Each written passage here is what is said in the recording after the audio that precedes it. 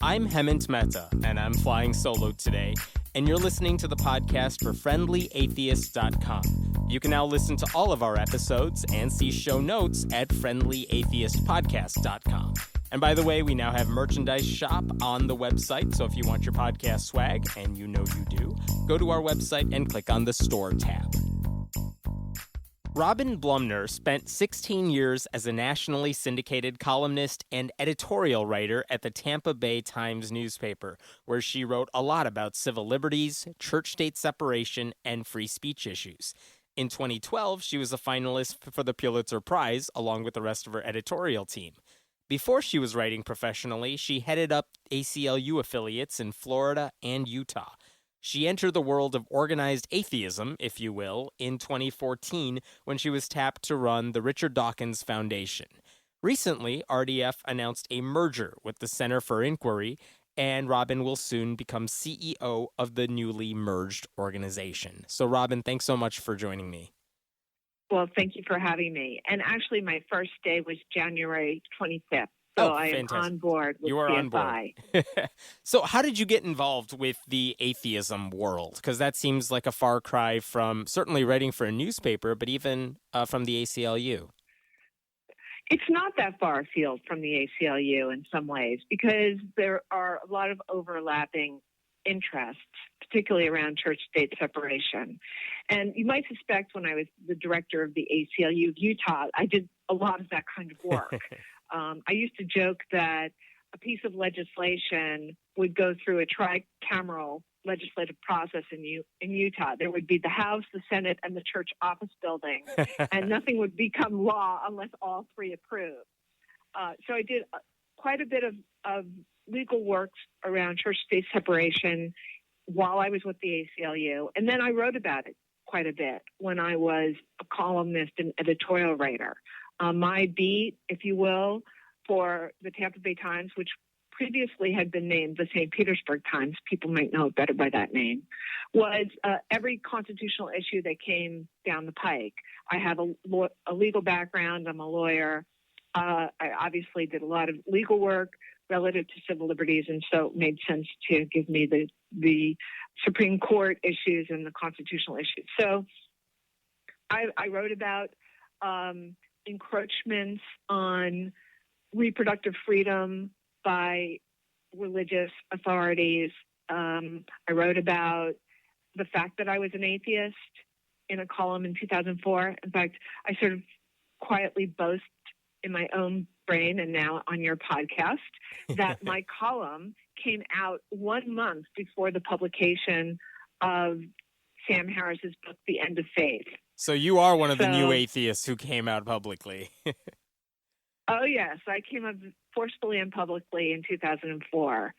I had never been a closet atheist, if you will. I'd been an atheist since I was 11 or 12 years old, and always told people that I was such proudly, but it wasn't something that was routinely brought up, and I wasn't part of the activist movement. So I think I was at the periphery of the movement for a very long time. The reason I stepped into a more activist role was a confluence of factors. One was that I'd been an editorial writer and columnist for 16 years, and I was ready for something new, a new challenge. I had been in nonprofit administration and progressive advocacy for the first 10, 11 years of my professional life. I had a lot of wonderful friends from that community, and I missed it.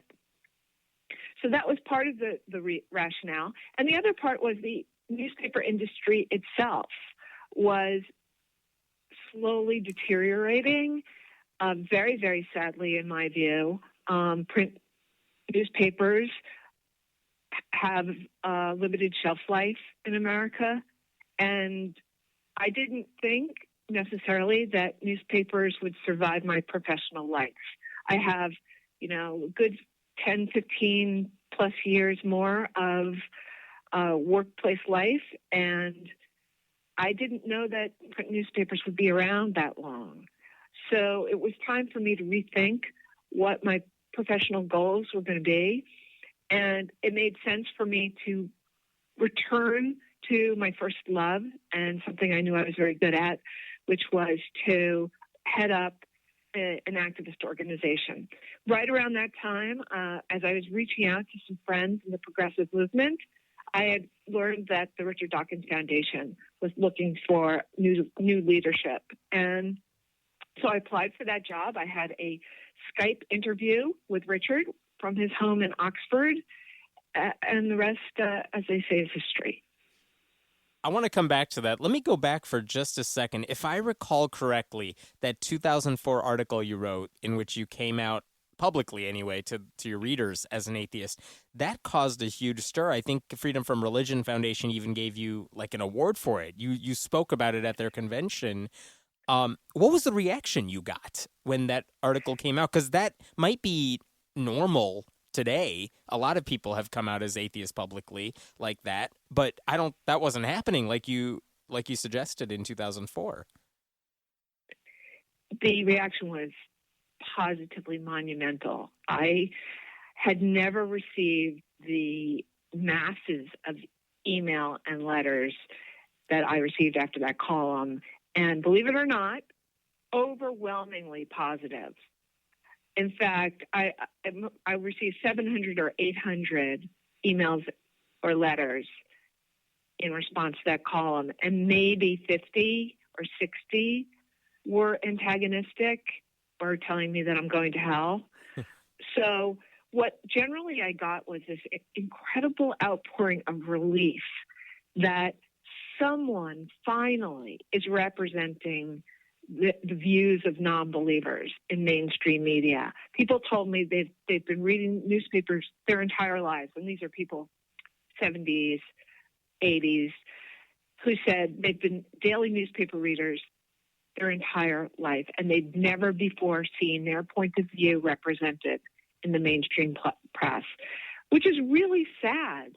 I mean, if you think about just the millions of people in America who are atheists, who are non-believers, for them not to ever be represented, never have a voice in print newspapers, demonstrates that there's just still tremendous hostility, antagonism, and stigmatization toward the community. And I'll say that maybe the light went on after that column came out, that there was an ongoing civil liberties, maybe more like a social equity issue in America, where atheists could not get elected to public office. Atheists were automatically marginalized. They were automatically deemed somehow less American. And that's outrageous. I'm not less American. I'm as patriotic as they come. But the general populace didn't see me as such. As we're speaking right now, I think the Pew Research people came out with a study today that actually said 51% of Americans would be less likely to vote for a presidential candidate who was an atheist. So you're right. It's still the biggest political liability out there. And it is the kind of thing that can be wiped away, I think, fairly easily with just a little bit of public awareness. And that is why the Richard Dawkins Foundation launched the Openly Secular campaign, which is a campaign that's similar to others that other organizations have done. In fact, we had a previous iteration at the Dawkins Foundation as the Out campaign. But I know that Freedom from Religion Foundation has done something similar. American Atheists have done something similar. The Openly Secular campaign was launched in 2014 as a coalition of groups putting forward the idea that if you come out, if you come forward, if you say that you're a secular person, a non-believer, an atheist, agnostic, humanist, skeptic, whatever you want to call yourself, that will break down pernicious stereotypes. We know that this was an incredibly successful tactic of the LGBT community. We know that community was able to go from really social pariah to widespread acceptance in a generation or a generation and a half. and that by telling friends, neighbors, loved ones, and coworkers who they really were, that made all the difference in the world. And it can do, and the same thing can happen for the secular community. It's just a matter of people understanding that it's important to do this. Some people just go along fairly easily in life without ever having to mention that they're a non-believer. I just don't think it's worth it. It's not quite the same thing as the LGBT community, where they had to change society and societal attitudes in order to live the life that they were intended to live, that their body demanded they live. Well, for non-believers, it's not the same thing. To come out and to come forward really is a social good, as opposed to maybe a personal one. But we have to convince people that there are real-life consequences to keeping that part of yourself quiet.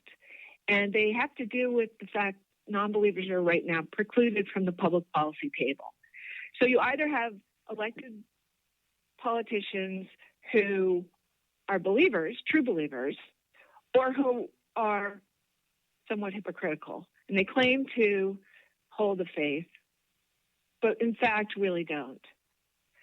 The people who, like us, who are willing to say out loud that we simply don't believe are not electable, just as you said with the Pew poll. That means that our political system is further skewed toward religious privilege, toward the idea that being religious is better, toward the idea that religion should equate to a set of values that every human being should have, when in fact most of those values are humanist values. They're ethical values. And so that has a consequence in terms of public policy on stem cell research, on abortion rights, on birth control, climate change, whether evolution gets taught in school, same-sex marriage, and all of those cultural and political issues have at their core, in many ways, a disagreement over whether someone subscribes to a religious faith or not. Now, one of the things the Openly Secular campaign has been able to do is get a lot of celebrities like Bill Maher. I mean, we know he's an atheist, but there were celebrities who participated in these campaigns, Arian Foster, the NFL star, to come out and say they're not religious. Do you think there's any hope we can get some politicians to join in that mix anytime soon? Well, we did get Barney Frank. Right. Of course, he was retired by the time we got him to come out as openly secular. What would be nice is to have politicians who are currently in public office to do so. And that's tricky. It's going to be difficult in an election year. I think that there's a lot of hope that we will get sitting politicians at the Reason Rally, which will occur June 4th at the Lincoln Memorial in Washington, D.C. No announcements yet on who has been enlisted, but I know the Secular Coalition for America is working very hard at getting sitting politicians to the podium. They're going to be the hardest hurdle to jump. The Pew poll speaks loudly at what they're sacrificing and risking by coming out as a non-believer. What we're asking for within Openly Secular, however, is not that they proclaim their non-belief, but rather they accept that there are social consequences and maybe even economic consequences to being an open atheist and an open non-believer in the United States. And that is flatly unfair. We don't need you as a politician to say that you're a non-believer. We only need your support for the community at large to say that fundamental fairness demands that there not be this undercurrent of hostility toward the non-believing community in the United States, where people actually do risk their friendships, their family relationships, and possibly their jobs and their businesses by being openly secular. So I think it's a possibility to move that baby step forward and then eventually, hopefully, have openly secular, openly atheist politicians who can prove you can get reelected even when you're labeled as such. That would be very we nice. used to have one, right? Yeah, Peter we Stark, did. wasn't he? Yeah, Was an atheist? Pete Stark came out as an atheist long after he had been in the House of Representatives, and when he eventually got defeated in an election, I don't think anyone suggested that it was because he had come out as an atheist. I think that's true, yeah. Let me go back for a second. So when you wrote your article in 2004, Richard Dawkins' book, The God Delusion, came out in, I believe, 2006. Did you read that book at the time? What did you think of Dawkins before you started working for RDF? I was a big fan of Richard Dawkins before RDF. I'd read The God Delusion when it first came out. I'd also read some of his evolutionary biology books, thought they were patently brilliant.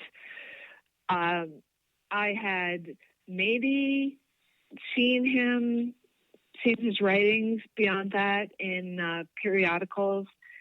If his name was attached to something, I would be interested. And so but I what didn't was it? realize that he had gone the additional step of forming a foundation after The God Delusion came out and was putting his personal reputation, work ethic, and resources, including financial resources, behind trying to help America become more scientifically literate and secular. I remember meeting him right before. I was thrilled at that. Yeah, I am too. I remember meeting him a little before The God Delusion came out, and he said he was really interested in starting this foundation to spread reason and science. He actually didn't want his name on it, but the people who were advising him on how to start a foundation said, no, you need to put your name on it because people know who you are, and it'll lend the organization more credibility, which is why it ended up getting branded with his name. When you got in touch with him, when you got this job running his foundation, what were the big things that you wanted to do, and did you get to accomplish them in the time you were there? I have been with the foundation actually just under 2 years. February 5th was the date I started in 2014. So it was a fairly short run, but I think we've accomplished some really remarkable programming in that time. One thing I wanted to do was to start a membership program. The foundation had been surviving simply by raising money through private donations without asking people to become members.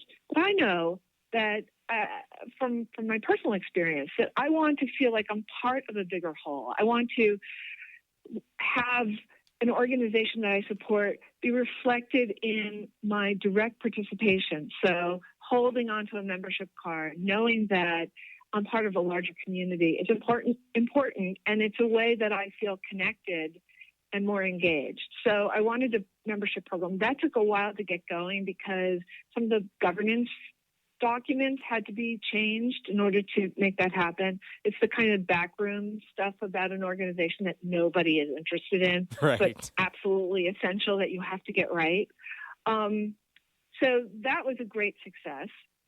The Openly Secular campaign, which was heavily supported by Todd Stiefel and the Stiefel Free Thought Foundation, was another important initiative, and we helped to guide that with the direct participation of Todd, the Secular Coalition for America, and the Secular Student Alliance.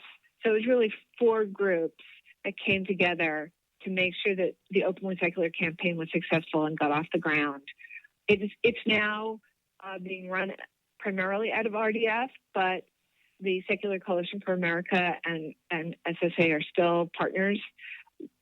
Coalition partners include almost the entire secular movement. Everyone kind of signed on to the campaign, and that was part of the reason we used the term secular as opposed to atheist or some other designation, because we wanted it to be an umbrella term. That has been going great, and as you indicated, part of the reason we're getting attention for it is the connection to celebrities. And part of the reason we get celebrities interested is because Richard Dawkins' name is behind it. It really is important to bring a superstar to the table to attract other superstars. And he had never, he's I know people aren't going to believe this, he's a really humble guy. And he doesn't really like to ask for favors or ask people to do something on his behalf, even if it's not for him personally, it's for a larger movement. But now we've been asking him to reach out to his celebrity friends and get them enlisted. And that has made all the difference. So having celebrities is very important, not only to pierce the general consciousness of the people in the movement, but to reach out beyond the movement and make sure the general public is made aware that we exist and that we are a marginalized minority that needs some restitution, if you will. Yeah, and I don't think people really understand how important those celebrity endorsements, if you will, really are. Because when someone you look up to in a different world says, oh, by the way, I'm an atheist, I'm secular, whatever term they want to use, that makes it so much easier for us to reach outside of our bubble. And that's one of the powers, you're right, that Dawkins brings to the table. He can get those people to do things that, most of us never could. And that's really powerful. They answer his email. Yeah, whether or not they say yes right. is a different story. But he can reach out person to person. And that is an incredibly powerful tool to have in our toolkit. There's nothing like it. And I don't think he gets enough credit for using his fame and his wealth. I mean, usually when you put those things together, it's something to benefit himself. That's the gist of what you would think of anyone who's famous and rich. And yet he's still fighting for the same cause he's been fighting for more than a decade, just trying to get people to accept atheism as, it's not a bad thing. And he's doing that very much behind the scenes, is what you're saying. He is. He's devoting incredible amounts of personal resources and bandwidth to helping non-believers in the United States primarily. Now, the foundation doesn't just operate in the United States, but most of our work is here. So Openly Secular, big initiative, still ongoing. The celebrity piece is essential, and we are continuing to look for opportunities. We think the Reason Rally will help hugely in adding to the video library of Openly Secular. Remember, it's not just celebrities, it's average people too, right, which is important. But as you say, celebrities bring eyes, and they bring people from outside the community to the campaign. The other important initiative we launched was something called the Teacher Institute for Evolutionary Science, TIES. The Teacher Institute for Evolutionary Science is a professional development program for middle school science teachers, teaching them how to teach evolution. What we see is that middle school science teachers are afraid to teach evolution, even if they want to. They don't necessarily have the knowledge, tools, or confidence to do so. Many of these teachers don't come from science backgrounds. They instead come with degrees in elementary education. Right, and which they're is not really, specified. really not prepared to teach a subject that is not only complicated, it's controversial. Amazingly, it's controversial because, come on. They're afraid of parent backlash. Parent backlash, student backlash, administrators either who don't support the idea of teaching evolution or who are creationists themselves. So we have been putting on professional development workshops around the country. Our director of the program lives in Miami, Bertha Vasquez. She is an award-winning middle school science teacher. She has developed the curriculum that's based on the next generation science standards. We try to marry the specific programs and workshops to the state requirements in the state that we are operating.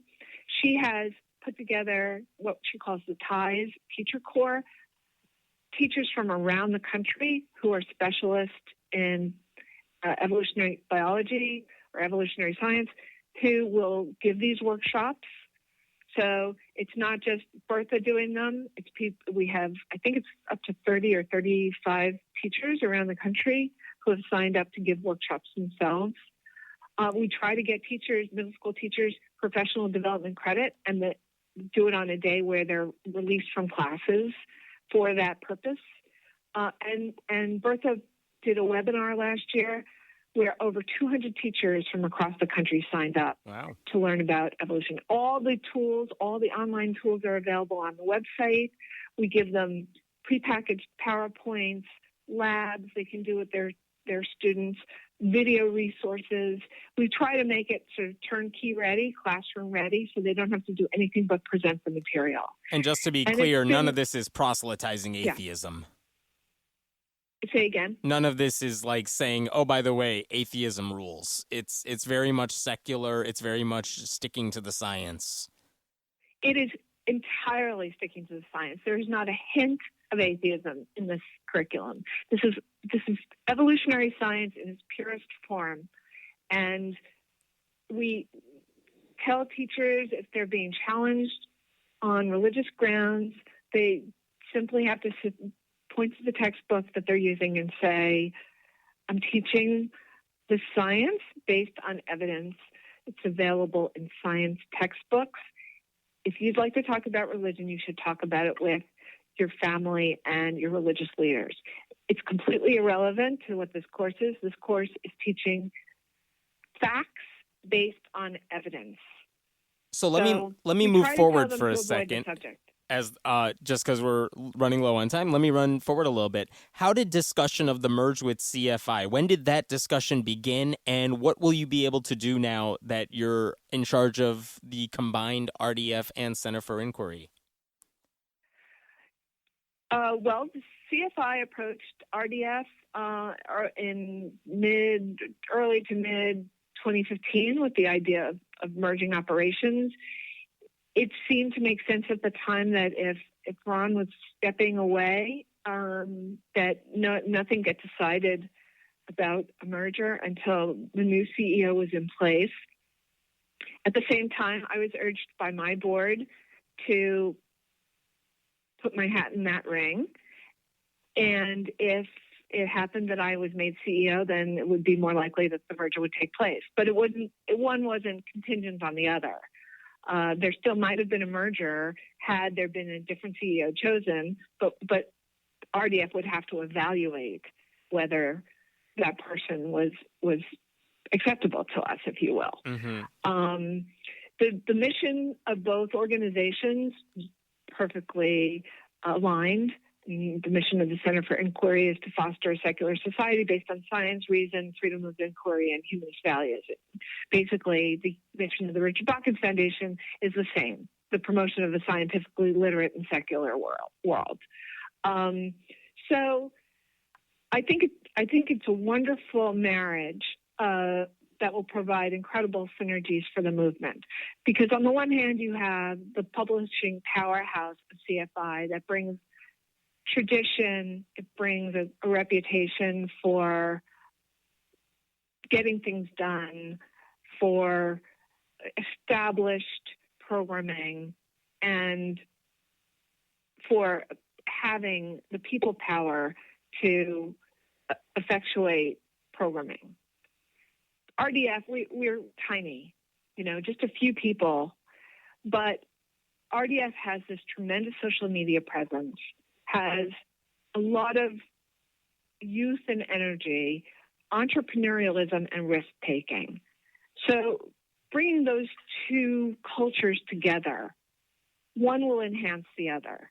And I feel like Richard Dawkins Foundation will continue to exist as a division of CFI, and I feel like it'll be the experimental arm of CFI.